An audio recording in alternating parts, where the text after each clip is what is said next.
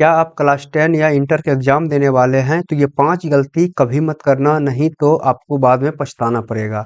आइए 5 गलती के बारे में बात करना है कि कौन सी आपको 5 गलती नहीं करना है। वीडियो में बने रहिए, हम बात करने वाले हैं एक-एक करके सभी गलती के बारे में। अगर हम बात करेंगे पहला गलती का, तो उसके लिए आपको गलत पेन का इस्तेमाल नहीं करना होगा। गलत पेन का मतलब क्या है? ऐसा पेन जो कि हल्का चले, या तो अगर आप लिखते हैं तो वो फैल जाए, वो ऐसा पेन का आप इस्तेमाल नहीं करें।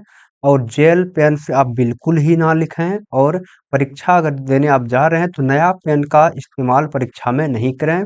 आप अभी से ही पेन को खरीद लीजिए, और 2-3 पेज हो जाए या 4-5 पेज, आप हर एक पेन से थोड़ा-थोड़ा करके लिख लें। जो उसका पेन का जो नीब होता है, उसमें जो स्याही है वो कम से कम निकल जाएगा, तो फिर आपका एग्जाम में जो होगा पेन ठीक ठाक चलेगा। इसलिए आप नया पेन एग्जाम में मत लेके जाइए।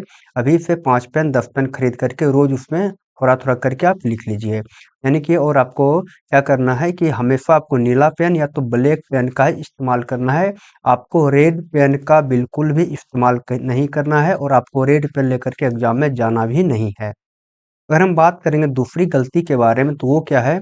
ओएमआर शीट गलत भरना। अगर आप बहुत ज़्यादा तैयारी कर लिए हैं, कोई दिक्कत नहीं है, लेकिन अगर आप ओएमआर शीट में कुछ गलत भर के आ जाते हैं, फिर आपका वो मूल्यांकन होगा नहीं, तो आपका टाइम बर्बाद हो जाएगा, बिल्कुल पढ़ा लिखा बेकार हो जाएगा। यहाँ पे आप रोल नंबर को ध्यान से भरेंगे, बिल्कुल ध्यान से, इसमें गलती नहीं होना चाहिए। और इसका जो गोला होता है, इसको आप क्या करेंगे, बिल्कुल पूरा का पूरा गोल करके पूरा आपको भरना होगा। ऐसा नहीं कि आधा भर देंगे तो काम हो जाएगा, ऐसा नहीं होगा। और ओमार शीट में पेन से कहीं भी काट छांट बिल्कुल भी नहीं करना है, इसका आप ध्यान रखें। और ओमार शीट जब आप भरने लगते हैं, उस टाइम पे आपको बहुत ज़्यादा ध्यान से ओमार शीट को भरना होगा। आगे हम गलती नंबर 3 की बात करते हैं कि हैंडराइटिंग।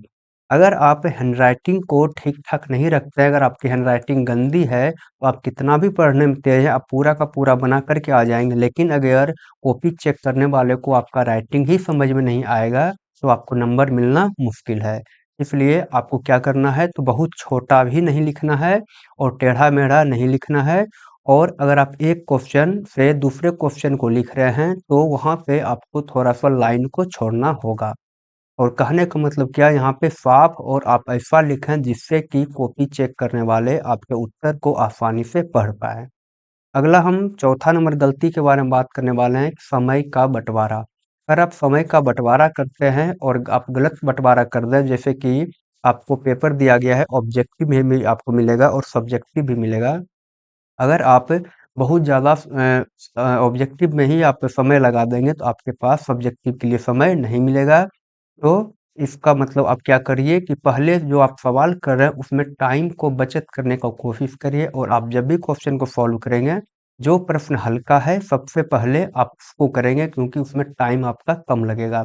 ऐसे होगा क्या कि आप पहले से, अगर कोई है सवाल थोड़ा ज़्यादा भारी है, ज़्यादा टाइम लेने वाला है, अगर उसको करने के चक्कर में ऐसा भी होगा कि आपका अगर सवाल बाद में आते-आते आपका टाइम खत्म हो जाएगा, तो आपका सवाल छूट जाएगा। अगर आपका वो सवाल छूटा, अगर आप वो जानते हैं, लेकिन फिर भी आपका सवाल छूट जाएगा, तो फिर आपका एग्ज़ाम में नंबर कम आएगा। और आपको एक भी सवाल एग्ज़ाम में नहीं छोड़ना है, हर एक सवाल को टच करना है। और लास्ट में जब आपका एग्ज़ाम हो जाए, तो आप कम से कम 5 मिनट का टाइम ज़रूर बचाएँगे।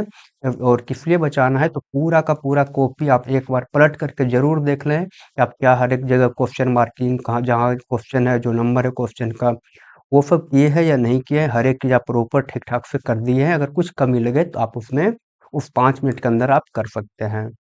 इसलिए आप क्या करिए, समय को देखकर ही सवाल को हल करेंगे, ऐसे आपको दिक्कत हो जाएगा। अगर हम बात करेंगे गलती नंबर 5 का, तो निर्देश।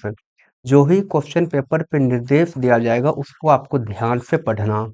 अगर आप उसको ध्यान से पढ़ेंगे, तभी आपको पता चलेगा कि अगर 8 क्वेश्चन दिया गया, इसमें से कितना क्वेश्चन का आपको उत्तर देना है, 4 का देना है, 5 का देना है, क्या करना है। आप जब निर्देश पढ़ेंगे तभी आपको पता चलेगा। और एक बात और ध्यान रखिएगा कि आपसे एग्जाम में जितना पूछा जाए, आप उतना ही लिखना है। ऐसा बात नहीं कि अगर 2 नंबर का क्वेश्चन है और आप लिख देंगे, आप आधा पेज लिख देंगे, 1 पेज लिख देंगे, फिर उसमें आपको नंबर तो 2 ही नंबर मिलेगा, लेकिन आपका टाइम क्या होगा, लॉस हो जाएगा। इसलिए जितना पूछा जाए आप उतना ही लिखेंगे, आपको फुल में फुल नंबर मिलेगा। उसके बाद अगर आप ऑब्जेक्टिव को रंग रहे हैं, तो ऐसा नहीं कि आप देख लीजिए जैसे कि 4 का आपका यहाँ पे आंसर होगा बी नंबर सही, लेकिन आप जल्दीबाज़ी में आप अगर सी नंबर में गोला टिक कर दीजिएगा, फिर आपका वो जानते हुए छूट जाएगा। इसलिए थोड़ा-सा यहाँ पे आपको यहाँ पे ध्यान रखना बहुत ज़रूरी होगा। ऑप्शन वाला जो सवाल होता है, उसमें क्या करना है आपको, तो गलत सवाल को नहीं चुन लेना है, उत्तर जो है बिल्कुल सही चुनना है। और प्रश्न पत्र का आप निर्देश को बिल्कुल अच्छी तरह से पढ़ लें, ताकि आपको एग्ज़ाम में दिक्कत ना हो और जितना आप पढ़ें, वो पूरा का पूरा आपको फ़ायदा मिल पाए, नंबर मिल पाए।